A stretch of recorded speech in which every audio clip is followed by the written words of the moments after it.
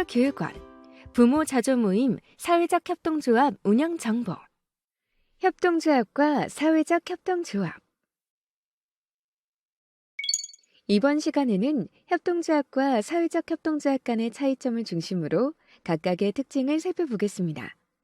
주변의 상황과 여러 여건을 고려하여 어떤 법인이 더 적합할지 생각해 보시기 바랍니다. 협동조합과 사회적 협동조합의 차이점.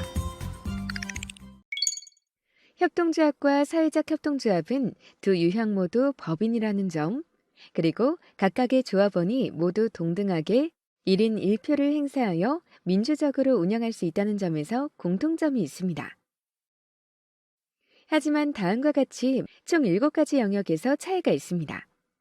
7가지 내용을 기준으로 협동조합과 사회적 협동조합의 차이점을 살펴보겠습니다. 앞차시에서 언급하였듯이 가장 큰 차이점은 협동조합은 영리법인이며 사회적 협동조합은 비영리법인이라는 점입니다. 이러한 이유로 협동조합은 발생한 수익금을 조합원에게 배당이 가능하나 사회적 협동조합은 비영리법인이므로 발생한 수익금은 조합원에게 배당이 불가능하다는 점입니다. 설립 목적에 따라 지역사회에 환원하는 등 관련된 사회적 가치 창출을 위해 활용된다는 것을 의미합니다. 일반 협동조합은 영리법인으로서 시도지사에 신고함으로써 설립됩니다. 그러나 사회적 협동조합은 비영리법인이며 주사업을 소관하는 부처, 즉 사업을 담당하는 기관으로부터 인가를 받아 법인이 설립된다는 점에서 가장 큰 차이점을 가지고 있습니다. 여기서 말하는 주사업을 소관하는 부처에 대해 알아보겠습니다. 먼저 부처란 우리나라에 있는 중앙부처를 말합니다. 중앙부처에는 교육부, 보건복지부, 고용노동부, 여성가족부, 환경부, 국토교통부 등이 있습니다. 그리고 주사업을 소관한다는 것은 사회적 협동조합이 수행하고자 하는 사업과 관련된 법령을 관할한다는 뜻입니다. 따라서 사회적 협동조합 설립인가 신청 서류는 정관에 기재한 사회적 협동조합만의 주사업을 기준으로 관련 법령을 관할하는 중앙부처로 접수합니다. 한국사회적기업진흥원에서는 권역별 통합지원기관을 운영하고 있습니다. 전국 16개 지원기관에서 협동조합 설립 상담과 작성하신 구비서류 검토를 무료로 받아보실 수 있습니다. 소관부처로 바로 신청하기 전에 지역별 지원기관을 통해 먼저 안내를 받아보시고 설립을 위한 서류 준비 과정에서 발생할 수 있는 시행착오를 줄일 수 있으니 참고하시기 바랍니다. 첨부 파일 다운로드 버튼을 통해 권역별 통합지원 기관 리스트를 다운로드 받으실 수 있습니다. 협동조합과 사회적 협동조합은 금융 및 보험업을 제외한 모든 사업을 수행할 수 있습니다. 다만 사회적 협동조합은 주사업 유형에 따라 공익사업을 40% 이상 수행해야 하는 차이점이 있습니다. 그렇다면 사회적 협동조합에서 말하는 주사업 유형이란 무엇이고 이를 위한 판단 기준은 어떻게 결정할 수 있을까요? 사회적 협동조합에는 지역사업형, 취약계층 사회서비스 제공형, 취약계층 고용형, 위탁사업형, 기타 공익증진형이라는 총 5가지의 주사업 유형이 있습니다. 사회적 협동조합을 설립하고자 하는 목적과 수행하고자 하는 사업 모두를 고려하여 주사업 유형을 선택해야 합니다.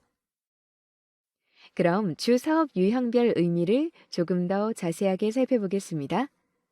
첫 번째, 지역사업형이란 지역사회의 재생, 지역경제의 활성화, 지역 주민들의 권익과 복리 증진 및 그 밖의 지역사회가 당면한 문제를 해결하기 위해 기여하는 사업입니다. 따라서 사회적 협동조합의 설립과 사업 운영을 통해 지역 내 문제를 해결하고자 할 때는 지역사업형이 적합합니다. 두 번째, 취약계층 사회서비스 제공형이란 취약계층에게 복지, 의료, 환경 등의 분야에서 사회서비스를 제공하는 사업을 수행하는 유형입니다. 여기서 말하는 취약계층이란 사회적 기업 육성법에 따른 취약계층을 의미합니다. 취약계층 사회서비스 제공형은 취약계층에게 제공하는 서비스가 전체의 100분의 40 이상인가를 기준으로 판단합니다. 예를 들어 우리가 해당 연도에 100명에게 어떠한 사회 서비스를 제공한다면 그 서비스를 받는 대상 중에 취약계층에 해당하는 사람이 40명 이상이어야 합니다. 물론 대상 인원, 시간, 횟수 중에서 조합에서 정관에 정하는 바에 따라 판단 기준을 선택할 수 있습니다. 세 번째, 취약계층 고용형이란 취약계층에게 일자리를 제공하는 사업을 수행하는 유형입니다.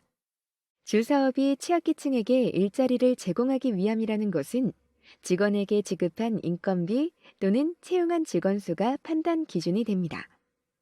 해당 사회적 협동조합은 이 두 가지 중에서 정관에 정하는 바에 따라 판단 기준을 선택할 수 있습니다.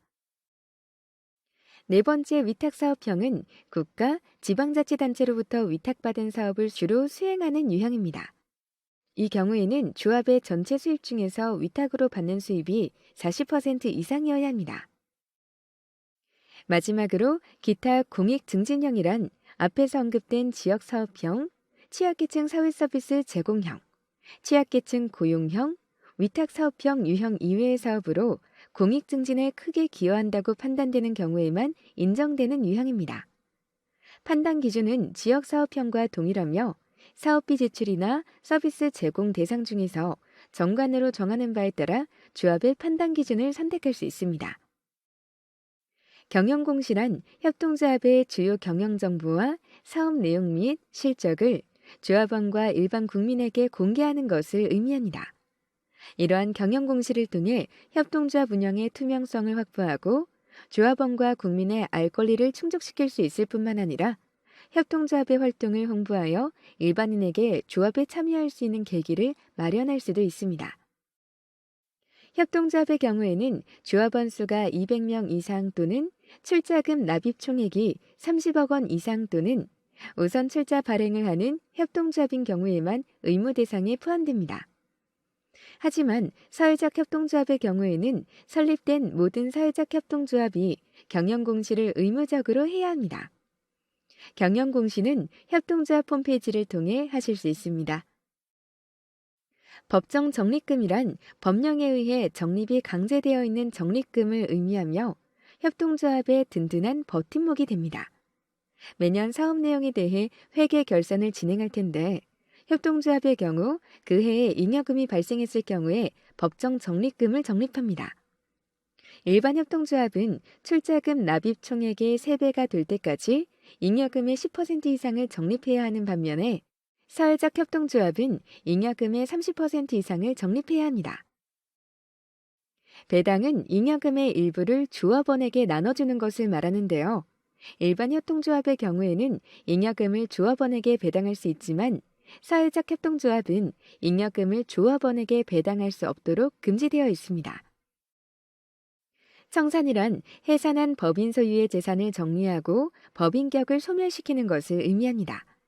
청산 시 자녀 재산을 어떻게 처리하느냐도 협동조합과 사회적 협동조합 간의 차이가 있습니다. 협동조합은 청산 시 자녀 재산을 어떻게 처리할지 정관에 정하고 이에 따라 처리할 수 있습니다. 반면에 사회적 협동조합은 상급 사회적 협동조합 연합회, 유사한 목적의 사회적 협동조합, 비영리 법인이나 공익법인, 국고 이 4가지 중 하나 이상을 정관으로 정해서 청산 시 자녀 재산 처리를 어떻게 할지 규정할 수 있습니다. 끝으로 협동조합의 관리감독 권한은 시도지사에게 있으며 사회적 협동조합의 관리감독 권한은 인가를 받은 주사업소관부처에 있습니다. 협동조합과 사회적 협동조합의 차이점에 대해 다시 한번 정리하며 설립하고자 하는 목적과 사업을 고려하여 더 적합한 법인 유형을 선택해 보시기 바랍니다.